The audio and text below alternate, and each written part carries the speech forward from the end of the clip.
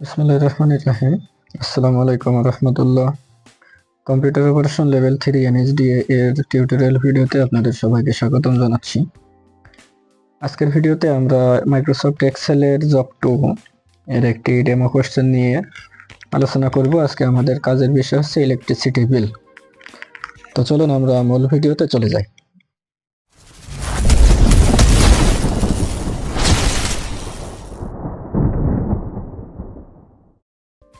তো আজকের কাজের জন্য প্রথমে আমরা একটি কাজ করেছি, ডেস্কটপে নিজের নাম এবং রোল নাম্বার দিয়ে একটি ফোল্ডার আমরা ক্রিয়েট করে নিয়েছি এখানে। এরপরে আমরা সেই ফোল্ডারে ওপেন করব। ফোল্ডার ওপেন করার পরে এর মধ্যে আমরা আরেকটি ডকুমেন্ট নেব যার নাম হবে জব 2, যেটা মূলত মাইক্রোসফট এক্সেল এর জন্য আমরা এখানে কাজ করব। তো আমি এখানে যা যা লাগবে হেডিং গুলো লিখে রেখেছি আগের থেকে। বাদ বাকি কাজ আমরা এখন করব। এখানে প্রথমেই দেওয়া আছে যে এই হেডিং এর কাজগুলো আমরা করি। প্রথমে লেখা আছে স্যাম্পলের মেইন ওয়ার্কশিট। আমরা এখান থেকে কাজ করব এই যে কোম্পানির নেম। তো আমরা এখানে কোম্পানি নেম লিখব, তারপরে তার ঠিকানা লিখব এবং ওয়েবসাইট লিখব। সেজন্য আমরা উপর থেকে প্রথমে যে কয়টি সেল আমাদের দরকার, কয়েকটি সেল আমরা এখানে সিলেক্ট করে এটাকে করে দেব মার্জ অ্যান্ড সেন্টার, এবং একই সাথে তার উপরে রব টেক্সট। এই দুইটা অপশন আমরা এখান থেকে দিয়ে দেব। এবং অ্যালাইনমেন্ট, এখানে দুইটা অ্যালাইনমেন্ট, একটা মিডল অ্যালাইনমেন্ট আর একটা নিচে আছে সেটা হচ্ছে সেন্টার অ্যালাইনমেন্ট। এই দুটাতে আমরা ক্লিক করে দিলাম। এরপরে আমরা এর মধ্যে লিখব কোম্পানি নেম এবং তার সাথে যে ঠিকানাগুলো ছিল, ধরুন আমি আমার মতো ঠিকানা দিয়ে দিলাম। তারপরে ছিল ওয়েবসাইট। স্যাম্পলে যেমন ঠিকানা দেওয়া থাকবে আপনারা তেমনই ঠিকানা দিবেন। আমি কাজটা যাতে দ্রুত হয় এজন্য আমার মতো করে আমি একটা অ্যাড্রেস দিয়ে দিলাম, এবং ঠিকানা যেটা দেওয়া থাকবে আপনারাও সেরকম ঠিকানা দিবেন এখানে। এরপরে এখানে ফন্টের যে বিষয়টা, প্রশ্নের মধ্যে বলা আছে ফন্ট কি হবে, আমি আগের থেকেই করে রাখছিলাম, একটু চেঞ্জ করে নিই। এখন আমরা যদি স্যাম্পলের সাথে ডেমো কোশ্চেনের সাথে মিলিয়ে দেখি, দেখুন এখানে বলা আছে টাইটেল ফন্ট হবে 15, যেটা ইলেকট্রিসিটি বিল লেখা সেটা। তাহলে ইলেকট্রিসিটি বিল এবং তার সাথে তার ফন্টের নাম হবে হচ্ছে এরিয়াল। তাহলে আমরা ফন্টের নাম চেঞ্জ করে আসি। এখানে ইলেকট্রিসিটি বিলটা সম্ভবত আমার লেখা হয়নি। এই যে ইলেকট্রিসিটি বিল, এটা আমার লেখা হয়নি। তো এটার সাইজ হবে 15। আর বাদ বাকি যেগুলো আছে সেগুলোর সাইজ কিছুই এখানে বলা নেই। তাহলে আমি উপরের যে লেখাটুকু, এই লেখাটুকুকে আমি নিজের মতো করে এখানে সাইজ দিতে পারি। তাহলে এখানে আমি কোম্পানি নেমটাকে সিলেক্ট করলাম, সিলেক্ট করে এটাকে একটু বড় করে দিলাম, একটু বোল্ড করে দিতে পারি। আর বাদ বাকি যে লেখাগুলো আছে সেগুলোকে আমি নিচে নিয়ে আসার জন্য স্পেস বাটন চেপে ধরবো। তাহলে কি হবে, প্রত্যেকটা লেখা নিচে চলে আসবে। তবে লেখা নিচে আসার জন্য অবশ্যই যে অপশনটা চালু থাকতে হবে সেটা হচ্ছে রব টেক্সট। এই অপশনটা যদি চালু না হয় তাহলে লেখা কিন্তু সেলের নিচে আসবে না। তাহলে এখান থেকে আমি ওয়েবসাইট লেখাটাকেও নিচে আনতে যাচ্ছি, সেজন্য আমি এখানে আবার স্পেস বাটনটাকে চেপে ধরলাম। তাহলে দেখুন সব ফাঁকা হতে হতে ওই লেখাটাও নিচে চলে আসলো, ওয়েবসাইট। তাহলে আমার কিন্তু উপরের লেখার কাজটি শেষ। এখন আবার নিচে এখানে ইলেকট্রিসিটি বিল লেখা ছিল, সেজন্য এই সেলটাকে আমি আবার সিলেক্ট করলাম। সিলেক্ট একটু বেশি হয়ে গিয়েছে, আবার সিলেক্ট করি পুনরায়। এটাকে এখানে আমি এটাকে সিলেক্ট করলাম, মার্জ অ্যান্ড সেন্টার করলাম। এরপরে এর মধ্যে আমি লিখবো হচ্ছে, এখান থেকে ফন্ট দিব এরিয়াল এবং সাইজ দিব 15, আর এর মধ্যে আমি লিখে দেব ইলেকট্রিসিটি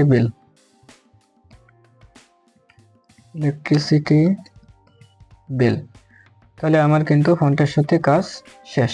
আমরা প্রয়োজনে এই সেলটাকে একটু বড় করে নিতে পারি এবং এটার অ্যালাইনমেন্ট আমরা মিডল দিতে পারি। এরপরে আমাদের একটা ছবির কাজ ছিল, যেটা হচ্ছে এখানের যে একটা লোগো, এই লোগোটাকে বলা আছে যে লোগো বা image, use any image size এই 0.88 ইঞ্চি এবং 0.84 ইঞ্চি হাইট এবং ওয়েট। তাহলে আমরা যে কোনো একটা ছবি এখানে ব্যবহার করতে পারি। এই সেলের মধ্যে গিয়ে আমরা ইনসার্টে যাব, ইনসার্ট থেকে পিকচার্স থেকে আমরা যে কোনো একটা ছবি এখানে ইনসার্ট করতে পারি। এরপরে আমরা যাব ফরম্যাটে, এই যে উপর থেকে ফরম্যাট মেনু বারে এখান থেকে আমরা যাব এই যে সাইজ অপশনে। তাহলে সাইজ অপশনে গিয়ে আমরা এখান থেকে এই যে লক অ্যাসপেক্ট রেশিও এই টিক চিহ্নটা উঠিয়ে দিব। লক অ্যাসপেক্ট রেশিও টিক চিহ্নটা উঠিয়ে দিয়ে আমরা এখন হাইট এবং ওয়েট ঠিক করব। হাইট বলা আছে 0.88 এবং ওয়েট বলা আছে 0.84। এরপরে আমরা ইন্টার ক্লিক করব। তাহলে আমরা দেখুন যে সাইজের সাথে মিল করে আমাদের ছবির কাজটি এখানে শেষ। এই ছবিটাকে আমরা এখন এদিকে সরিয়ে নিয়ে আসতে পারি এবং এটাকে আমরা সেলটাকে বড় করে দিতে পারি যাতে করে আমাদের ছবিটা এর মধ্যে দেখা যায়। তাহলে আমার কিন্তু উপরের হেডিং এর কাজটুকু শেষ। আমরা চাইলে এখানে সেলের মধ্যে যে হেডলাইন গুলো আছে আমার এখানে, এইটাকে সিলেক্ট করে আমরা এটাকে বোল্ড করে দিতে পারি যাতে করে যে এগুলো হেডিং সেগুলো দেখতে সুবিধা হয়। এরপরে আমরা মূল এক্সেলের মধ্যে আমাদের কাজ শুরু করব। প্রথমে আছে কাস্টমার আইডি। এখানে 6 ডিজিটের কাস্টমার আইডি আছে এবং কাস্টমার আইডির জন্য এখানে বলা আছে apply validation unique ID for each customer ID should be 6 digit numeric value. অর্থাৎ এখানে কাস্টমার আইডির কাজ করতে হবে 6টা ডিজিটের এবং একটা আরেকটার সাথে নিউমেরিক ভ্যালু হবে এবং একটা আরেকটার সাথে কি হবে, ইউনিক হবে, ইউনিক ভ্যালু। অর্থাৎ একটা ডিজিট আরেকটা ডিজিটের সাথে মিলবে না।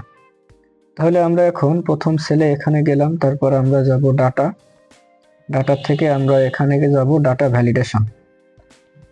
তারপর ডাটা ভ্যালিডেশনের থেকে আমরা ক্লিক করব এনি ভ্যালু যেখানে আছে সেখানে ক্লিক করে আমরা দেব কাস্টম। এরপরে আমরা দেব ফর্মুলা। তাহলে ইকুয়াল দিলাম। এরপরে আমরা লিখব এখানে এন্ড লিখে, যেহেতু প্রথমেই বলা আছে আমাদের এটাকে নিউমেরিক ভ্যালু করতে হবে, অর্থাৎ শুধুমাত্র নাম্বার সেখানে সাপোর্ট নেবে, সেজন্য আমরা এখানে দেব is number. Is number function ব্যবহার করে আমরা এখানে ফার্স্ট ব্র্যাকেট দিব, তারপরে এই সেল অ্যাড্রেসটা দিব, তারপরে এই সেল অ্যাড্রেসটা ক্লোজ করে দিলাম। এরপরে বলা আছে কি 6 ডিজিটের সংখ্যা হবে, সেজন্য আমরা লেন্থ লিখে দিব LEN লেন। এরপরে আমরা এই সেল অ্যাড্রেসটাকে দিয়ে দিলাম, তারপর ইকুয়াল টু 6, অর্থাৎ 6টা ডিজিটের নিউমেরিক ভ্যালু এখানে হবে। এরপরে আমাদেরকে আবার কি করতে বলছে, একটা ডিজিট আর একটা ডিজিটের সাথে ভিন্ন হবে, অর্থাৎ এখানে আমাদেরকে বলা আছে ইউনিক আইডি করতে হবে। তাহলে আবার কমা দিয়ে আমরা লিখব কাউন্ট ইফ লিখে আমরা এখান থেকে সেল অ্যাড্রেসটাকে সিলেক্ট করে দিলাম। তারপরে আমরা এখান থেকে এটাকে লক করে দেব, সেজন্য F4 ক্লিক করব, তারপরে কমা, তারপরে প্রথম সেল অ্যাড্রেস সেটাকে দিব, ব্র্যাকেট দিয়ে ক্লোজ করলাম, তারপর আমরা দেব less than equal on. Less than equal on দিলে কি হবে, একটা ভ্যালু আর একটা ভ্যালুর সাথে মিলবে না, এরকম একটা শর্ত আমি এখানে দিয়ে দিলাম। এরপরে আমরা ওকেতে ক্লিক করব। ওকেতে ক্লিক করার পরে আমরা এই সেলটাকে নিচের দিকে ড্র্যাগ করে দিলাম, অর্থাৎ একই ফর্মুলা আমার C6 থেকে, এখানে দেখুন আমার যে ফর্মুলা আমি করছি ভ্যালিডেশন, C6 থেকে C14 পর্যন্ত আমার এই ফর্মুলা কাজ করবে। তাহলে এখন আমি যদি এর মধ্যে লিখি 1001001, তাহলে আমার কয়টা ডিজিট হলো, এখানে 7টা। আমি যদি এন্টার প্রেস করি তাহলে আমার ডিজিট কিন্তু নিবে না, কারণ আমি ডিজিট দিয়েছি কয়টা, 6টা। তাহলে আমরা এখন স্যাম্পলে দেখে আসি কি আছে, 101001। তাহলে আমরা লিখি 101001, এটা দিলাম, নিয়ে নিল। আবার 101001 যদি আমি দিই এটা কিন্তু নেবে না, কারণ কি একটা ডিজিট আর একটা ডিজিটের সাথে ভিন্ন হবে। এখন আমরা যদি এন্টার প্রেস করি তাহলে দেখুন ভ্যালুটা নিবে না। আবার একইভাবে আমরা যদি এখানে ডিজিটের সাথে কোনো ক্যারেক্টার ব্যবহার করি, যেমন E101, 4টা হলো, 11, 6টা। এখন যদি আমি এন্টার প্রেস করি তাহলে দেখুন এই ভ্যালুটাও নেবে না, কারণ কি, কারণ হচ্ছে আমরা ডাটা ভ্যালিডেশনের মধ্যে যে সত্য লিখে আসছি সেই সত্যটা ছিল কি, ইজ নাম্বার। অর্থাৎ ইজ নাম্বার ফাংশনটা ব্যবহার করলে এখানে শুধুমাত্র নাম্বার বা ডিজিট এইগুলো সাপোর্ট নেবে। তো ডাটা ভ্যালিডেশনের যে ফর্মুলাটা আমি লিখছি, এটা যদি কারো বুঝতে অসুবিধা থাকে আমি ফর্মুলাটা ডেসক্রিপশন বক্সে লিখে দেব, সেখান থেকে আপনারা চাইলে দেখে নিতে পারেন, অথবা আপনারা স্ক্রিনের উপরেও দেখতে পাবেন আমি ফর্মুলাটা কি লিখেছি। তাহলে আমি এখন এখানে পরবর্তী যে ভ্যালুগুলো আছে সেগুলো দিয়ে দিই। এখন আমি এটাকে দুইটাকে একসাথে সিলেক্ট করব, সিলেক্ট করে আমি নিচে ড্র্যাগ করব। তার আগে আমি স্যাম্পলে দেখে আসি কত পর্যন্ত আছে, 6 পর্যন্ত। তাহলে এখান থেকে আমি নিব 5, 6, এই 6 পর্যন্ত নিলাম। এরপরে সত্য বলা ছিল যে কাস্টমার নেমের জন্য আমাদের এখানে কি ফর্মুলা বলা আছে আমরা একটু দেখি, যে customer name should be field automatically according to customer ID. অর্থাৎ কাস্টমার আইডি আমি যদি এখানে 101001 লিখি তাহলে এটা অটোমেটিক চলে আসবে, 101002 লিখলে B অটোমেটিক চলে আসবে। অর্থাৎ এখানে আমি কিন্তু এখন এটাকে ABC ম্যানুয়ালি টাইপ করে দিলে হবে না, তাহলে আমরা এখন এখানে ফর্মুলা লিখব। আমি একটু জুম করি। আমরা এখানে ফর্মুলা লিখব কোনটা? আমরা ফর্মুলা লিখব আমরা জিপি এর ক্ষেত্রে যে ফর্মুলাটা লিখছিলাম যে 80-এর উপরে পাইলে এ প্লাস, 70-এর উপরে পাইলে বা নিচে পাইলে, 70-এর উপরে বা সমান পাইলে এ গ্রেড, সেই একই ধরনের ফর্মুলা আমরা এখানে লিখব। সেজন্য আমরা এখানে লিখতে পারি এ equal to if first bracket এই সেল অ্যাড্রেস ইকুয়াল 101,001, অর্থাৎ এই সেল অ্যাড্রেসের মধ্যে যেটি আছে সেটি, তারপরে কমা দিলাম, ইনভার্টেড কমা এ, ইনভার্টেড কমা ক্লোজ করলাম, তারপর আবার কমা দিলাম। এখন এই একই ফর্মুলাটাকে আমরা কপি করব, কপি করে পেস্ট করব মোট 5 বার।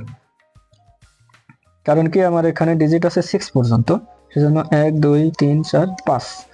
এখন 101 সবার শেষে যেটা আছে এখানে আমি 2 লিখলাম, 2 লেখার পরে এর এখানে আমি লিখলাম বি, তারপরে এটার এখানে আমি লিখে দিলাম 3, বির এখানে এর এখানে আমি লিখে দিলাম সি, তারপরে এখানে এটাকে আমি 4 লিখে দিতে পারি, এটাকে আমি লিখতে পারি ডি, এরপরে এটাকে আমি 5 লিখতে পারি এবং এখানে আমি লিখে দিতে পারি ই, আর সবার শেষে যেটা আছে সেটাকে আমরা লিখতে পারি 6 এবং এটাকে দিতে পারি এফ। এরপর সর্বশেষ এই কমাটা উঠিয়ে দিয়ে আমরা এখন ব্র্যাকেট ক্লোজ করব কালো ব্র্যাকেট না আসা পর্যন্ত। তাহলে ব্র্যাকেট এসে গেল, ফর্মুলাটা ক্লোজ করলাম। এই ফর্মুলাটাকে আমরা এখন নিচে ড্র্যাগ করব অথবা এই কোনায় কালো চিহ্ন আসার পরে ডাবল ক্লিক করব। তাহলে কিন্তু আমার সম্পূর্ণ ফর্মুলা চলে আসলো। এবার এটাকে আমরা জাস্ট এখান থেকে অ্যালাইনমেন্টটা ঠিক করে দিলাম।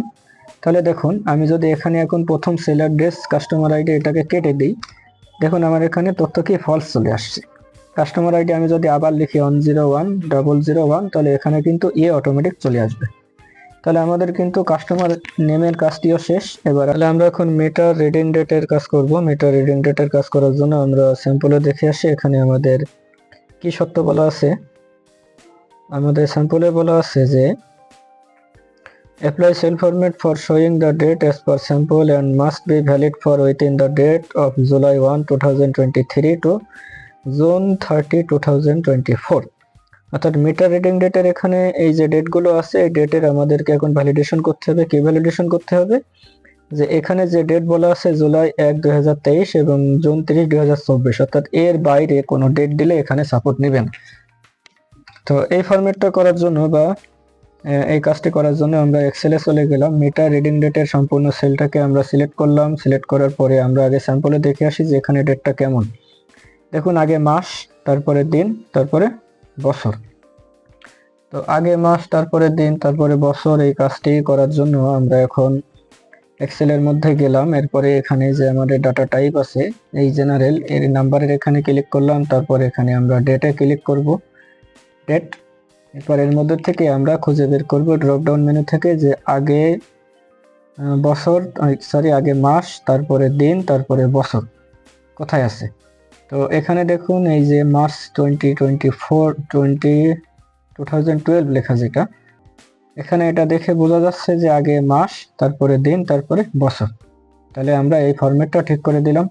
এরপরে আমরা এখান থেকে যাব ডাটার থেকে ডাটা ভ্যালিডেশন, এনি ভ্যালুর থেকে আমরা যাব ডেট। তো ডেটের এখানে অবশ্যই খেয়াল করবেন এটা যেন বিটুইন লেখা থাকে এখানে। তো বিটুইন থাকলে এরপরে আমরা স্টার্ট ডেট দেবো। এখানে স্টার্ট ডেট ছিল কত আমরা একটু দেখে আসি। স্টার্ট ডেট জুলাই 1, 2023, তাহলে জুলাই হচ্ছে 7তম মাস, তাহলে 7 হাইফেন, এখানে হাইফেন ব্যবহার করবেন, স্ল্যাশ ব্যবহার করলে কিন্তু নেবে না। তাহলে প্রথমে দিলাম আমি জুলাই, তারপরে দিলাম 1, তারপরে 2023, আর এন্ডিং ডেট ছিল জুন 6তম মাস, সেজন্য 6, এরপরে দিলাম জুন 30, তারপরে সেটাকে দিলাম 2024, এরপরে ওকে। তাহলে এখন কিন্তু আমার ডেটের কাজ শেষ। আমি এখন দেখি আমার শুরুর যে ডেট ছিল সেটা ছিল 1 জুলাই 2023, তাহলে আমি যদি তার আগের মাস দিই 1 জুন, তাহলে আমি 1 জুন হচ্ছে 6তম মাস 2023, এটা যদি দিই তাহলে দেখেন এখানে কিন্তু নিবে না। এখন আমি যদি লিখি ডেট এখানে জুলাই, তাহলে জুলাই হচ্ছে 7, তারপরে ডেট দিলাম 1, তারপরে 2023, এটা দিয়ে দিলাম, কিন্তু নিয়ে নিল।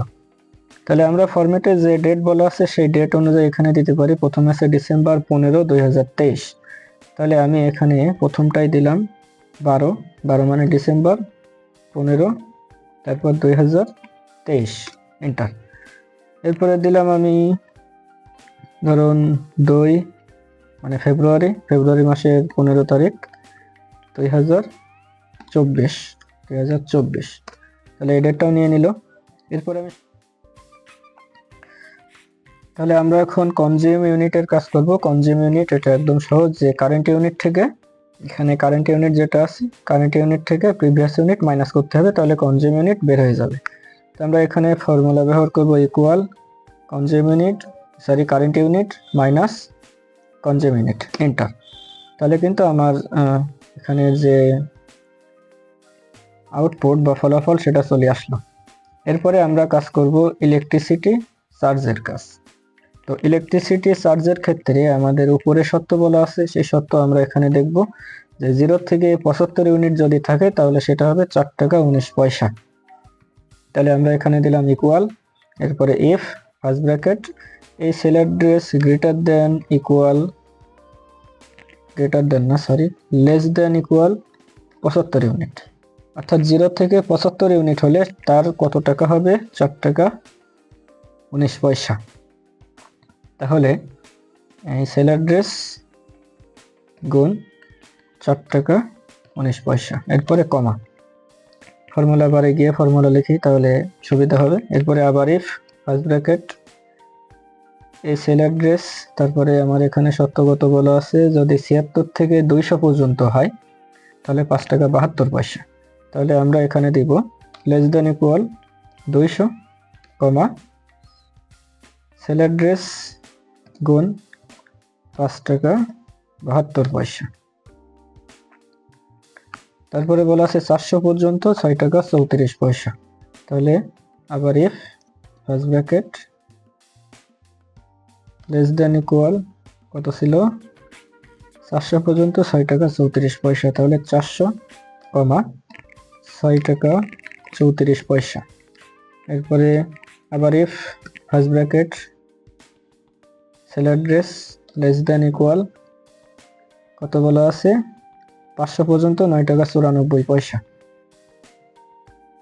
তাহলে লেস দেন ইকুয়াল 500, এই সেল অ্যাড্রেস গুণ 9 টাকা 34 পয়সা, 9 টাকা 94 পয়সা, আর 500-এর উপরে গেলে 11 টাকা 46 পয়সা। তাহলে 9 টাকা 94 পয়সা, আর এর বাইরে গেলে কি হবে, 11 টাকা।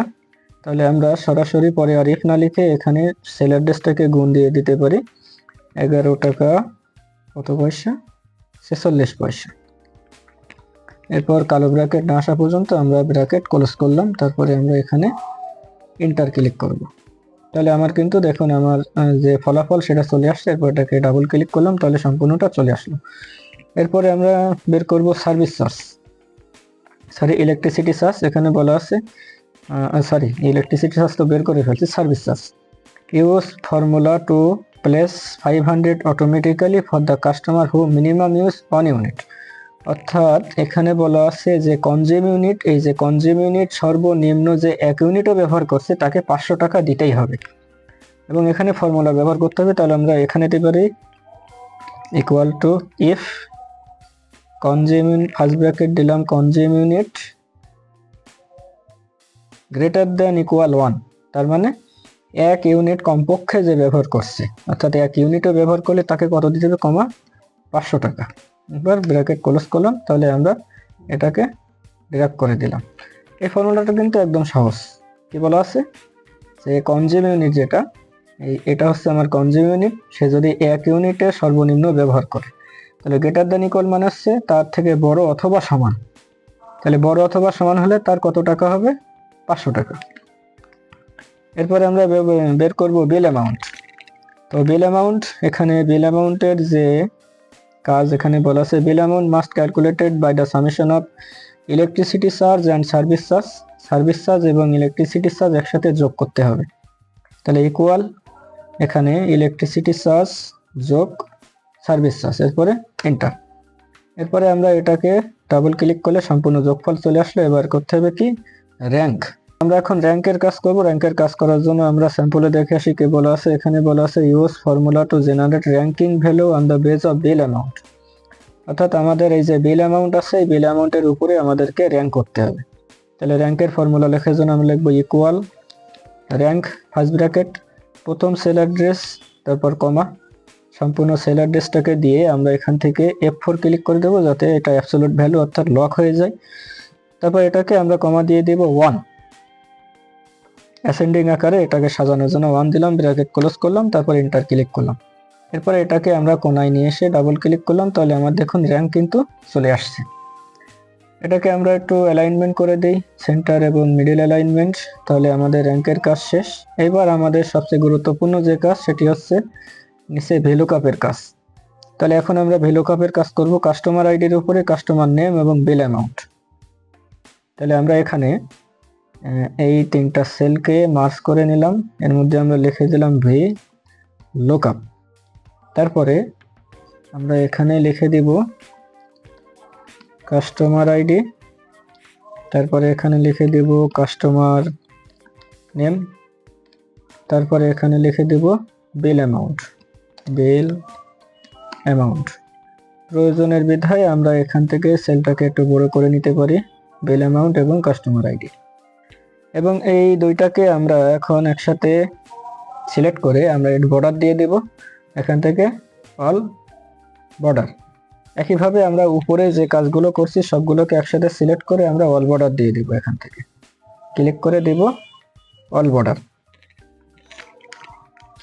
তো কাস্টমার আইডি, এই যে কাস্টমার আইডি এখন এখানে আমাদেরকে যদি স্যাম্পলে দেখে আসি, দেখুন এই পাশে একটা ছোট্ট ত্রিভুজ চিহ্ন আসে, এই চিহ্নটা দেখলে বুঝতে হবে এখানে লিস্ট তৈরি করা হয়েছে, একটা ড্রপ ডাউন মেনু বা লিস্ট। তো এই কাজটা আমরা করব, সেজন্য আমরা এই সেলে ক্লিক করলাম, তারপরে গেলাম ডাটার থেকে ডাটা ভ্যালিডেশন, এরপরে এনি ভ্যালু যেটা আছে এনি ভ্যালু থেকে লিস্টে ক্লিক করলাম। এবার যে সোর্সের মধ্যে ক্লিক করে আমরা কাস্টমার আইডির এই সম্পূর্ণ সেলটাকে ড্র্যাগ করে দেব, তারপরে আমরা ওকে করে দিব। তাহলে দেখুন আমার এই সাইডে একটা ত্রিভুজের মতো চিহ্ন চলে আসছে এটা। তাহলে এটা এখন একটা লিস্ট হয়ে গেল। তাহলে এখানে আমরা ক্লিক করলে দেখুন আমাদের যে কাস্টমার আইডি যেগুলো ছিল সব এখানে চলে আসছে। একটা কাস্টমার আইডিতে আমরা ক্লিক করলাম, ক্লিক করার পরে এবার আমাদেরকে এখানে কি করতে হবে, ভি লুকআপ। তাহলে আমরা এখানে কি ক্লিক করব, ইকুয়াল ভি লুকআপ। তো ভি লুকআপ করব কোথায়, আমরা কাস্টমার আইডির এখানে। আমরা কিন্তু আর ভি লুকআপের জন্য এই ফর্মুলার এখানে ক্লিক করব না, তো এখানে ক্লিক করব ভি লুকআপ, তারপরে কমা দিব, এরপরে টেবিল অ্যারে দিতে হবে। অর্থাৎ কাস্টমার আইডি এখান থেকে এই প্রথম টেবিল অ্যারের থেকে আমরা একদম সর্বশেষ পর্যন্ত সম্পূর্ণ সেলটাকে ড্র্যাগ করে দিব। তারপর এটাকে আমরা F4 দিব, F4 দিয়ে এটাকে অ্যাবসলিউট ভ্যালু করে দিব, এরপরে কমা দিলাম। কমা দেওয়ার পরে কয় নাম্বার টেবিলের তথ্য আমরা দেখতে চাচ্ছি, অর্থাৎ ভি লুকআপ আমার এখানে কাস্টমার আইডি আছে, এটা হচ্ছে আমার কাস্টমার আইডি, আমি দেখতে চাচ্ছি কোনটা, বিল অ্যামাউন্ট। তাহলে এই কাস্টমার আইডি এটাকে এই টেবিলটাকে আমরা যদি 1 ধরি, এখান থেকে আমরা এখন গুনবো customer ID 1, customer name 2, customer reading 3, 4, 5, 6, 7, 8, 9। তাহলে বিল অ্যামাউন্ট যে কলামটা আছে এটা হচ্ছে 9 নম্বর কলাম। তাহলে আমি এখন ফর্মুলার মধ্যে লিখে দিব 9, অর্থাৎ যত নম্বর কলামের তথ্য আমি দেখতে চাচ্ছি সেই কলাম নাম্বারটা এখানে দিয়ে দিতে হবে। তো 9 নম্বর কলাম, এরপরে কমা দিব 0, যদি কোনো ফলস ভ্যালু আসে সেটাকে ফলস করার জন্য আমরা এখানে কমা দিয়ে দিলাম, ব্র্যাকেট ক্লোজ করলাম। প্রথম যে সেল অ্যাড্রেসটা দিয়েছি এটাকেও চাইলে আমরা একটু অ্যাবসলিউট ভ্যালু লক করে দিতে পারি, তাহলে সুবিধা আছে। এরপরে এন্টার ক্লিক করলাম, তাহলে দেখুন এই 101001 একদম প্রথম যে কাস্টমার আইডি ছিল তার বিল অ্যামাউন্ট কত, 1638, সেটা এখানে চলে আসছে। আচ্ছা, আমার এখানে একটা জিনিস ভুল হয়ে গেছে যে কাস্টমার নেমের এখানে বিল অ্যামাউন্ট লিখে ফেলছি, তো এটাকে আমি এই পাশে ড্র্যাগ করে দিলাম, পরে আমরা এটাকে ঠিক করে নিতে পারবো। জাস্ট এই ফর্মুলাতে গিয়ে কি করব, কাস্টমার নেমে এখানে আমার কাস্টমার নেম এই যে কলাম, এই কলামটা কয় নাম্বার, 2 নাম্বার। এজন্য আমরা এই ফর্মুলাতে গিয়ে এই যে এখানে কাস্টমার নেমের এই যে 9 নাম্বার যেটা আছে বিল অ্যামাউন্ট, এই কলাম নাম্বারটাকে আমরা 2 করে দিলাম, এন্টার ক্লিক করলাম। তাহলে দেখুন আমার কাস্টমার নেম এখানে চলে আসছে। তো ভি লুকআপ ফর্মুলাটা কিন্তু খুবই সহজ এবং এটাই সবচেয়ে গুরুত্বপূর্ণ আমাদের এই ইলেকট্রিসিটি বিলের কাজের ক্ষেত্রে। তাহলে আজকে আমাদের সম্পূর্ণ কাজ কিন্তু এই পর্যন্ত শেষ। আমাদের কাজে যদি কারো কোনো সমস্যা থাকে আপনারা অবশ্যই কমেন্ট করতে পারেন, এবং ভালো লাগলে অবশ্যই কমেন্ট করবেন, শেয়ার করবেন অবশ্যই, যাতে করে আপনার ফ্রেন্ড সার্কেল বা যারা কম্পিউটার ভার্সন লেভেল 3 কোর্স করছে তাদের সুবিধা হয়। আজকের এই ভিডিওটি আমি এখানে শেষ করছি।